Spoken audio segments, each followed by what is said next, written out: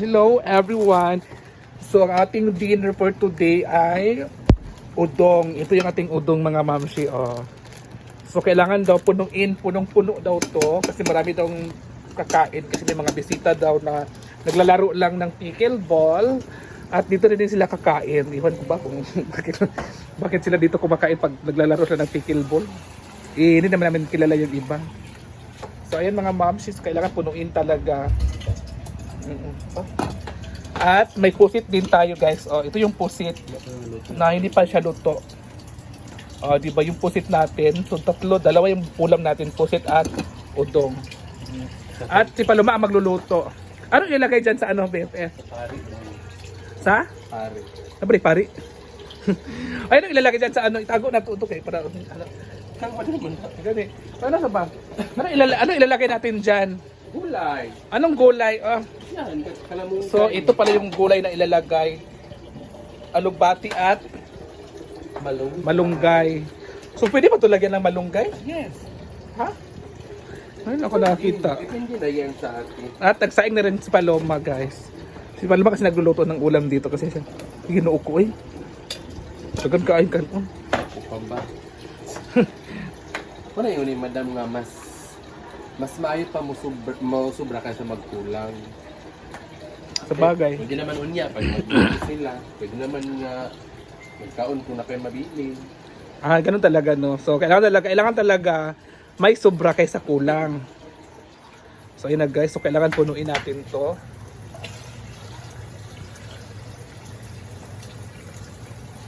Siya. Ayun na guys, ito yung aming dinner guys oh. Isang balde na tubig, sabaw ng udong. Ayun na guys. Yes. So ayun na mga mamshi. So 2 pack na udong ang ating ilalagay. So 3, 6, 9 plus 9 is 18 pieces. 16 pieces ito ilalagay natin. Ah, di ba? So takpan mo na ni Paloma. Diba pa kakabip eh. So yun na guys, so hindi pa kasi naluto yung pusit kanina, so ilulutuin na natin. At ayan pa si Paloma ang magluluto. At ito naman yung ating, hinintayin natin pakuluin yung ating tubig or sabaw. At saka ilagay na natin yung gulay at yan. Udong tawag dyan. At ilagay na ni Paloma yung pusit. O, diba? Yan yung pusit guys. O. Ilagay natin yung pusit. Yan yung pusit. O, diba? Request ni Brenda. So, nilagyan na siya ng tuyo at suka.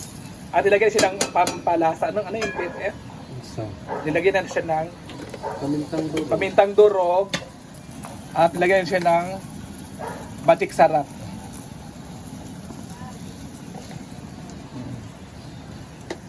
Ano kami ng bulalo, ngayon naman udong at saka pusit na adobo. Pero yung pusit naman, kunti lang naman. Pero actually, sarap din siya kayo. Ha? Kunti lang yung pusit namin. Kasi kunti lang, kalahating kilo lang yung bibili.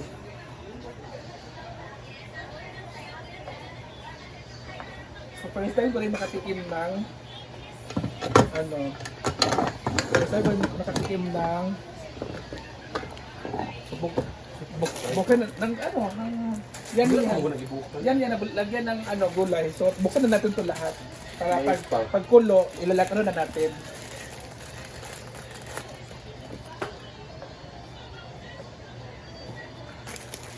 At dito kasi kailangan talaga lagyan siya ng tuyo para hindi maputla tingnan ng sabaw ng yan lang. So tanggalin muna natin sa lagayan ito guys.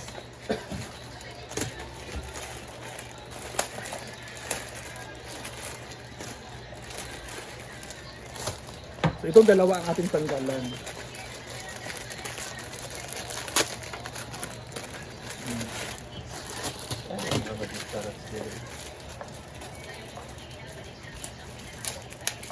Buksan natin. Kailangan natin sa fire. Ito gawa sa mga. Kaya di ito.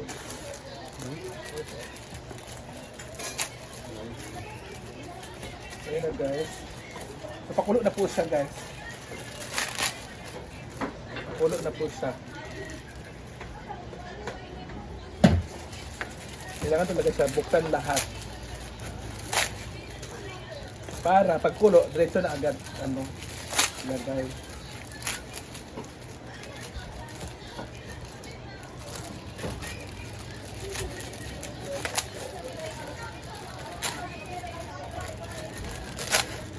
Fishy! Udong. Grabe naman yung sabaw niya. Ganun ko pa lumahan. Ganun ko sa kanya. Bakit ang dami para ganun talaga siya magluto. Gusto talaga niya, madamihan. Anong lasa niya? Una nanganglasa. Maybe it's one down yung Ha? Para sa rin, di ko malog kami kung ano yung mga kurinti diya. Hindi ko kabaluan na ganyan. Ganun ko alig-alig.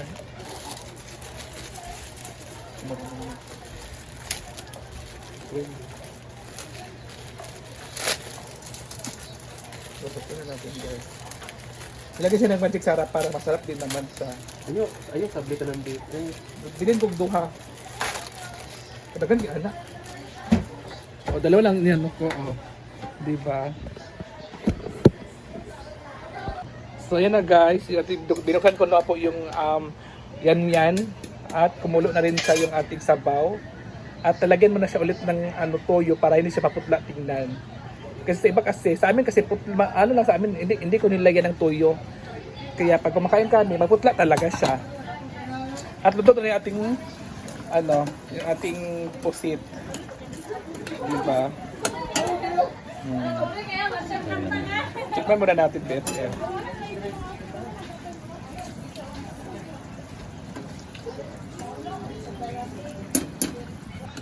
So, ayan na siya.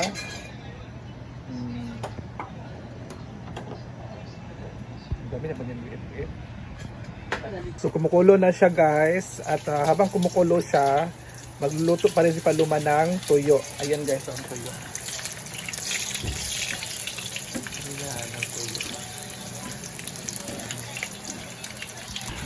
At ako na nagikuan ni Durog.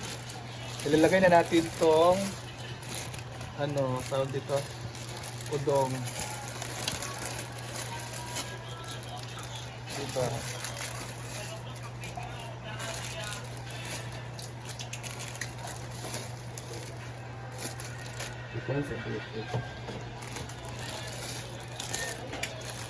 Ilagay na natin tong udong.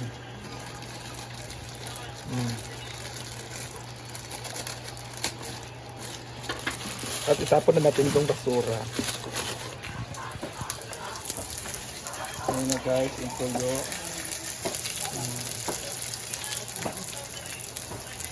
So ayan na, so tatanggalin na natin yung tuyo. At ito naman ay kumukulo na siya guys. Madami kasi kami, so kailangan namin ubusin ng 1 kilong tuyo o 2 kilong tuyo. Ang aming uubusin, nalutuin kasi madami talaga tao. At ilalagay na rin yung gulay. Oh, di ba? So yan ang masarap talaga, guys. May gulay talaga.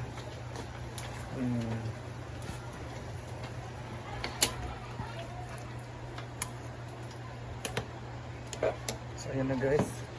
So ang gulay.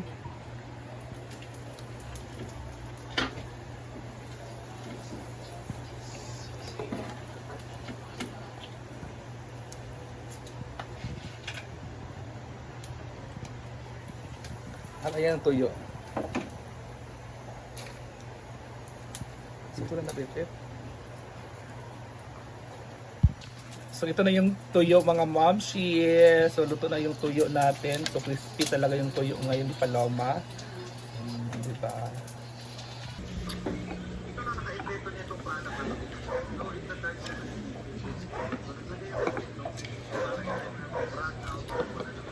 Nilalaro pa sila ng pickle bomb.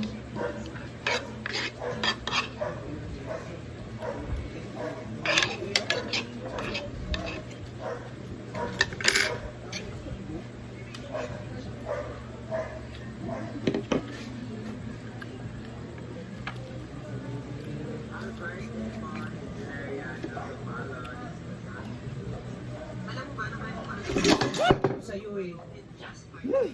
Yung sinasabi ko sa'yo eh.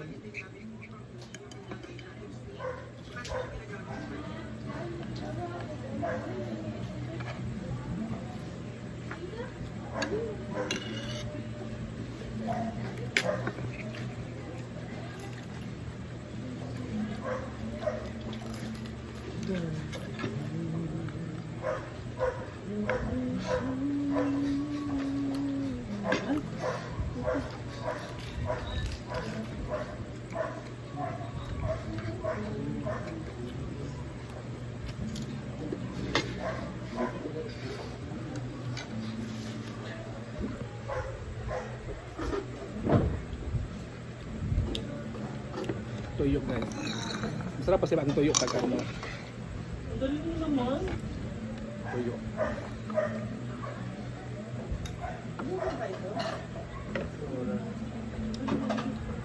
Kain.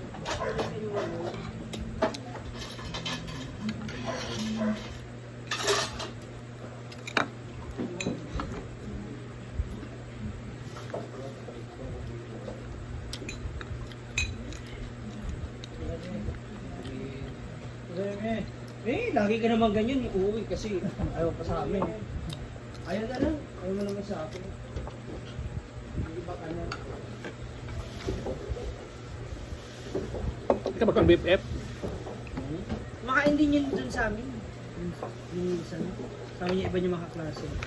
Sino? Hindi si Dado ah. Huwag kang magalit na nag-iisip ka ng ano. Ayaw ko naman ko. Mabdam kasi naglalaro pa ng pickleball. Hindi, isa yung kasama yung Jomo.